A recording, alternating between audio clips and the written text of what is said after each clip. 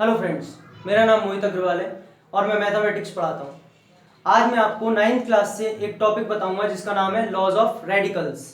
ठीक, तो देखिए, जो कि नंबर सिस्टम चैप्टर में आता है। Laws of radicals, laws of radicals, ये रेडिकल्स होते क्या है? सबसे पहले हम इसका मतलब देखेंगे। रेडिकल्स का मतलब होता है रूट ऑफ एनी नंबर और क्वांटिटी। मीन किसी भी नंबर का रूट, उसे हम कहते हैं रेडिकल। रूट का मतलब जरूरी नहीं है only square root, square root, cube root, fourth root, fifth root, कुछ भी हो सकता है। जैसे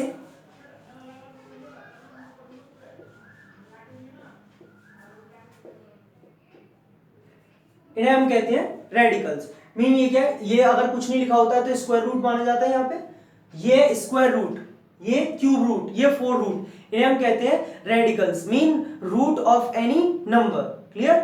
इन्हें हम बोलते हैं रेडिकल्स। अब एक एग्जांपल और लेते हैं। जैसे सपोज 3 टू द पावर 5। ठीक, यहां पे मैंने लिया 3 टू द पावर 5। तो यहां पे जो 5 है, 5 को हम क्या बोल सकते हैं? 5 इज इंडेक्स। इसे हम 5 को इंडेक्स भी बोल सकते हैं। एक्सपोनेंट्स एंड पावर, कहने का मतलब 3 टू दी पावर 5 में जो ये पावर है, यूजुअली हम लोग जानते ही हैं कि 3 टू दी पावर 5 में जो पावर जो होती है, पावर को हम 5 बोलेंगे। तो 5 यहाँ पे पावर भी है, एक्सपोनेंट भी बोल सकते हैं और इंडेक्स भी बोल सकते हैं। इसके तीनों नाम है, इसीलिए कई बार हम इस टॉपिक को लॉज ऑफ एक्सपोनेंट्स के नाम से भी जानते हैं। क्लियर? तो अब हम लॉज ऑफ रेडिकल्स पढ़ेंगे। आपको समझ में आ गया रेडिकल्स क्या होते हैं? Root of any number. Laws of radicals कुछ है, 4 इसके लॉज हैं, उन्हें आज मैं आपको सिखाऊंगा। देखिए, first, suppose a to the power x into a to the power y। अगर मान लीजिए आपके पास सेम बेस है, a to the power x into a to the power, इसमें देख सकते हैं आप, ये बेस है और ये पावर, यानी कि यहाँ पे आपके पास सेम बेस है, दोनों में a है, सेम है बेस, तो सेम बेस पर पावर्स ऐड होती हैं। Mean a to the power x plus y, जो पावर्स होंगी वो ऐड हो जाएंगी। a to the power x plus y, base एक ही रह जाएगा और पावर्स ऐड हो जाएंगी। For an example, 2 to the power 2 into 2 to the power 3। 2 की पावर 2 इंटू 2 द पावर कितना होगा? 3। 2 to the power 2 plus 3, powers add हो जाएंगी 2 प्लस 3, यानी कि 2 टू द पावर 5। आया समझ में? पावर्स ऐड होके 5 हो जाएगा। और इसे अगर हम और आगे सॉल्व करना चाहे तो कर सकते हैं। इसका आंसर कितना आएगा? 32। क्लियर? नेक्स्ट, सेकंड प्रॉपर्टी, अगर a to the power x to the power y, मान लीजिए कोई बेस है a, उसकी पावर है x, a to the power x, और उसकी भी होल पावर है y, तो इसका फॉर्मूला होता है, इसका रेडिकल का रूल होता है a to the power xy। कहने का मतलब दोनों पावर्स का मल्टीप्लाई हो जाएगा। अगर बेस एक ही है a to the power x और उसकी भी होल पावर y है, तो दोनों जो पावर्स होंगी उनका मल्टीप्लाई हो जाएगा a to the power xy। For an example, इसका एक एग्जांपल देखते हैं। सपोज 2 टू द पावर 2 और इसकी पावर है 1/2। ठीक है, इसकी पावर कितनी है? 1/2। तो आप देख सकते हैं इसमें बेस a की जगह 2 है, उसकी पावर 2, 2 टू द पावर 2, उसका भी होल की पावर 1/2। तो final answer 2 to the power, powers का मल्टीप्लाई हो जाएगा दोनों, यानी कि 2 इंटू 1/2, यही तो पावर्स है इनकी, 2 इंटू 1/2, तो इनका मल्टीप्लाई हो जाएगा। कैंसिल होके 2 से 2 कैंसिल हो गया, कितना बचा? 2 टू द पावर 1, यानी कि 2। यहाँ पे कैंसिल होके क्या बचा था? 2 टू द पावर 1, जिसकी वैल्यू होती है 2। किसी की पावर 1 हो तो उसकी वैल्यू उतनी होती है। थर्ड, अब मान लीजिए अगर आपके पास बेस चेंज है, यहाँ पे a to the power x into b to the power x, यहाँ पे हमारे पास बेस अलग है लेकिन पावर सेम है, बेस इस बार अलग कर दिए, तो फिर बेस का मल्टीप्लाई हो जाता है और पावर उतनी रहती है।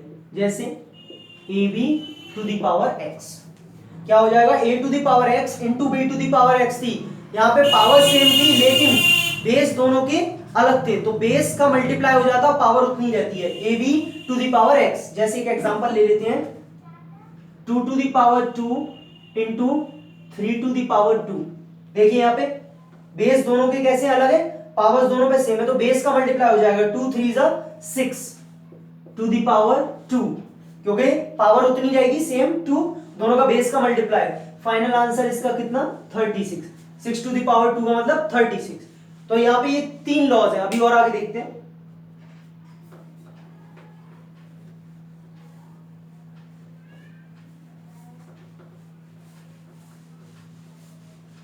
देखिए फोर्थ रूल क्या कहता है इसका, a to the power x upon a to the power y।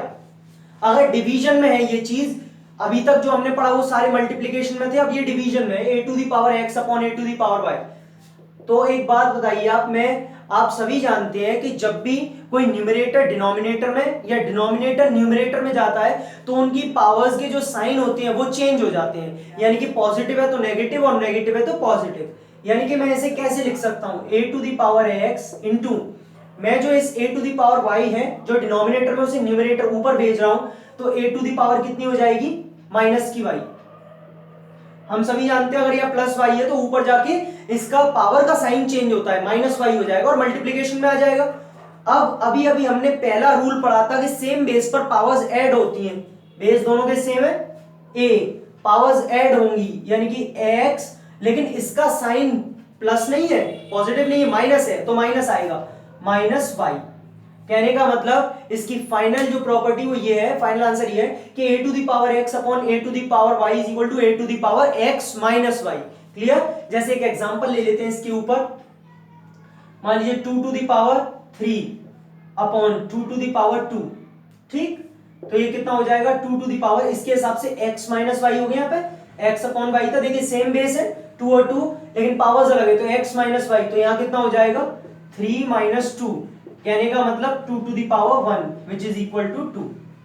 Clear, 3 में से 2 गया 1, 2 to the power 1 which is equal to 2। तो ये थे लॉज ऑफ रेडिकल्स के 4 रूल्स जो मैंने आज आपको बताए। आई होप समझ में आ गए होंगे। अब इनके ऊपर हम कुछ क्वेश्चंस कर लेते हैं ताकि आपको और समझ में आ जाए। मैंने सारे रेडिकल्स के आपको एक एक एग्जांपल करा दिया। अब कुछ क्वेश्चंस है वो भी देखिए आप।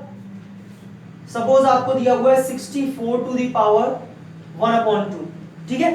आपको इसे सॉल्व करना है, इवेल्युएट करना है। क्या कर सकते हैं, देखिए 64 को व्हाट कैन वी राइट, क्या लिख सकते हैं हम इसे, हमेशा उन टर्म्स में स्प्लिट करने की कोशिश करें जितनी इसकी पावर दी हुई है। जैसे मैं 64 को 8 का स्क्वायर भी लिख सकता हूं और 4 का क्यूब भी लिख सकता हूं।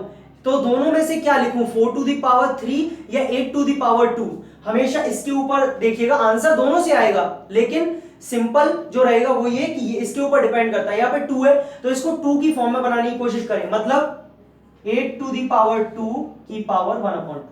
मैंने सिर्फ 64 को लिखा 8 स्क्वायर और पावर थी 1/2। देखिए 2 से 2 कैंसिल हो गया। क्यों, अभी हम पढ़ के आ रहे हैं सेकंड रूल में कि जब पावर किसी की पावर होती है x और उसका भी होल पावर y तो दोनों पावर्स का मल्टीप्लाई होता है। तो ये 2 इंटू 1/2, 2 से 2 कट गया, 8 to the power 1 which is equal to 8। Clear. अब जैसे दूसरा एग्जांपल लेते हैं कोई 125 टू द पावर 1/3। 125 की पावर 1/3 क्या लिख सकते हैं इसे हम, आप सभी को पता है। देखिए अगर नहीं आ पा रहा है, इसको पावर में चेंज करना नहीं आ पा रहा है तो फैक्टर्स कर लीजिए। 125 के फैक्टर करेंगे तो 5 इंटू 5 इंटू 5, यानी कि we can write 5 to the power 3। ठीक है, मैंने 125 को 5 टू द पावर 3 लिखा जिसकी होल पावर कितनी है 1/3। तो वही चीज 3 इंटू 1/3 होगा, मल्टीप्लाई होगा दोनों पावर्स का, 3 इंटू 1/3 मल्टीप्लाई हो गया, 3 से 3 कैंसिल हो गया, 5 to the power 1 which is equal to 5। Clear. ऐसे करते हैं। अब कोई एक नेगेटिव का नंबर ले लेते हैं।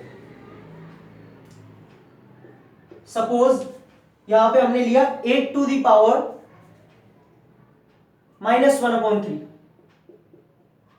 8 टू द पावर -1/3।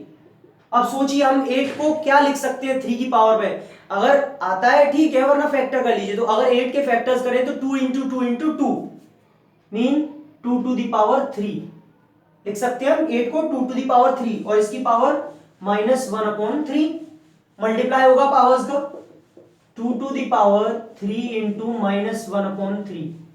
ठीक है, 3 वाला -1/3, 3 से 3 कैंसिल हो गया, 2 टू द पावर -1 बची, 2 टू द पावर -1। अब जैसा कि अभी मैंने आपको ऊपर भी बताया था यहाँ पे कि पावर्स बेस अगर ऊपर नीचे जाता है तो उसकी पावर्स के साइन चेंज होते हैं। ये 2 टू द पावर -1 है, तो अगर इसे मैं डिनोमिनेटर में मतलब नीचे लेके आऊंगा तो मैं क्या लिख सकता हूं 1/2 to the power 1। 2 to the power -1 है, नीचे आएगी 2 टू द पावर +1 हो जाएगी, यानी कि 1/2 टू द पावर +1, और 2 की पावर 1 का मतलब 2, यानी कि फाइनल आंसर 1/2। समझ में आया आप सभी को? तो ऐसे हम कुछ क्वेश्चंस है इनको कर सकते हैं लॉज ऑफ रेडिकल्स के बेसिस पर। आई होप मेरे ये चारों के चारों लॉज आपको समझ में आ गए हों। अगर आपको मेरी वीडियो पसंद आई हो तो please like, share and subscribe करना ना भूलें, और इस वीडियो के डिस्क्रिप्शन में मैंने एक लिंक छोड़ रखा है जिससे आप मेरी और भी वीडियोस को देख सकते हैं। Thank you.